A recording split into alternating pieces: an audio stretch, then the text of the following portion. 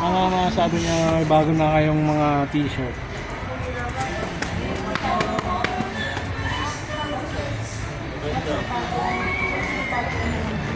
Damit? Matulog. What would you say to Papa? For the Pokemon t-shirt, what would you say? What would you say for your Pokemon, brand new Pokemon t-shirt? What would you say to Papa? Thank you. Welcome. This one.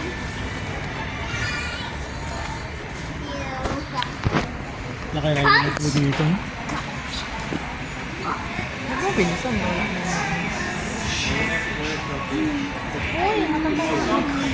Ano kaya ang gagawin mo pag ganyan kalaki na ang ano, no? Ganyan na kalaki ang noodles. No?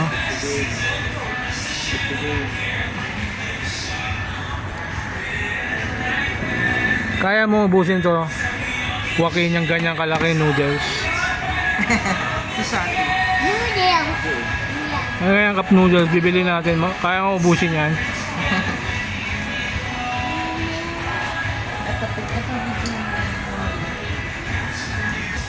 Oh. Tulog. Tulog ang sabi ng maliit, oh. Tulog. Sarap, aircon eh. Tulog. Tulog.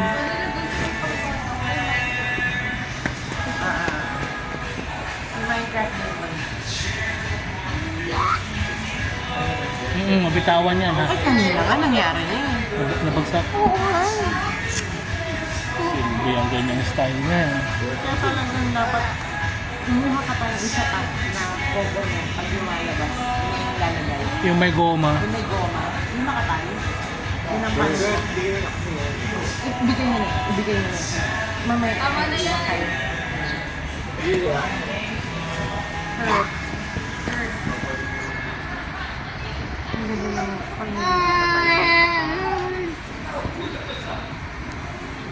yung una, tigisa pa si Yasa tsaka si Chokoy. Pag ganyan galing ako, sabi ng babae, ang lipat na ng buso sa medis ko.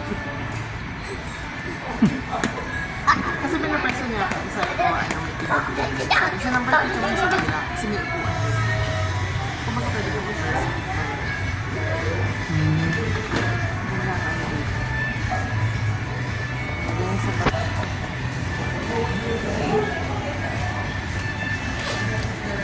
masisira ka na mag-aagaw ang kayo. Dalhin mo na ako.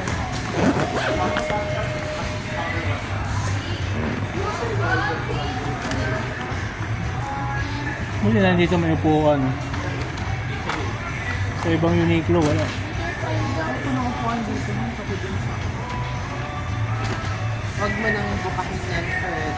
Huwag mo nang palagay yan dyan. Kapunit yan, hindi na mabit-bit yan. Tingnan si Shorty. Siya, bagong t-shirt to.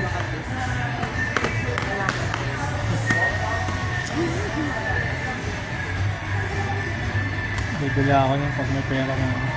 Hindi ko masisiresolve. Wala na akong gana eh. Alam mo yun, parang kompleto wala ka ng mga ano.